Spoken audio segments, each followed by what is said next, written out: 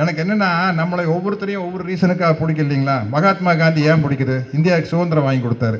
தந்தை பெரியார் ஏன் பிடிக்குது? அண்ணல் அம்பேத்கர் ஏன் பிடிக்குது? பகுத்தறிவு சிந்தனைகள் பேசினார். தம்பி விஜய் ஏன் பிடிக்குது? அவர் சூப்பராக நடிக்கிறாரு, சூப்பராக டான்ஸ் ஆடுறாரு, சூப்பராக ஃபைட் பண்ணுறாரு, அழகாக இருக்கிறாரு. அப்போ நம்மெல்லாம் என்ன பண்ணோம்? நம்மளுக்கு அவ்வளோ மகிழ்ச்சியை கொடுக்குற நம்ம விஜயை வந்து சினிமாலேயே வச்சுக்கணும். சினிமாலேயே வச்சுக்கணும்னா என்ன பண்ணோம்?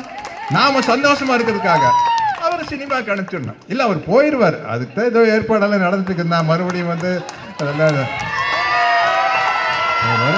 நானும் வந்து விஜயுடைய படத்தை ரசிக்கிறவனுங்கிற முறையில் என் பேர பசங்களோட மறுபடியும் கில்லியும் கூட பார்த்தேன்.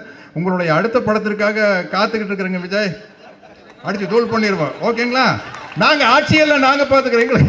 எங்களுக்கு சூப்பர் தலைவர் ஸ்டாலின் நிற்கிறாரு, அவர் பார்த்துக்குவாரு. டெல்லி எடுத்து கெத்த அனுப்பாரு. அப்படி சுண்டு தான் கவர்னராக இருந்தாலும் சரி, பிரைம் மினிஸ்டராக இருந்தாலும் சரி, அதுதான் ஸ்டாலின். அதனால நாங்கள் இதை பார்த்துக்கிறோம். நல்ல நல்ல படம் கொடுங்க, எனக்கு ரொம்ப பிடிங்க. அபி அபி அல்லுமா எவ்வளோ சூப்பர் பாட்டுங்க, அதையெல்லாம் நாங்கள் மிஸ் பண்ண முடியாதுங்க, ப்ளீஸ். ஐயோ ஐயோ, அதிமுகனா நான்லாம் காலரை தூக்கிவிட்டு இருந்தேன்.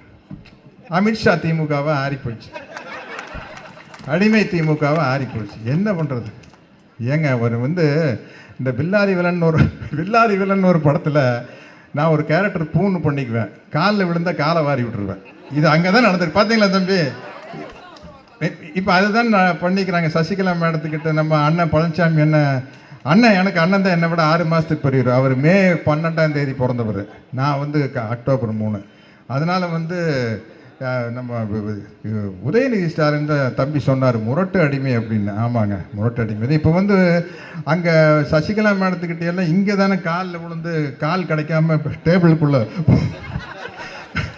நல்ல வேலை அப்படியே எழுந்திரிச்சா மண்டை டேபிள் எடுத்துருக்கு டங்குன்னு ஒரு அடி. என்ன திராவிட மாடல் ஆட்சியில் தைரியமா உங்களை எல்லாம் பார்த்து என்னம்மா கண்ணு சௌக்கியமான கேட்டா நீங்க திருப்பி நம்ம சூப்பர் ஸ்டார் ரஜினி சார் மாதிரி ஆமம்மா கண்ணு சௌக்கியம் தான் சொல்லுவீங்க.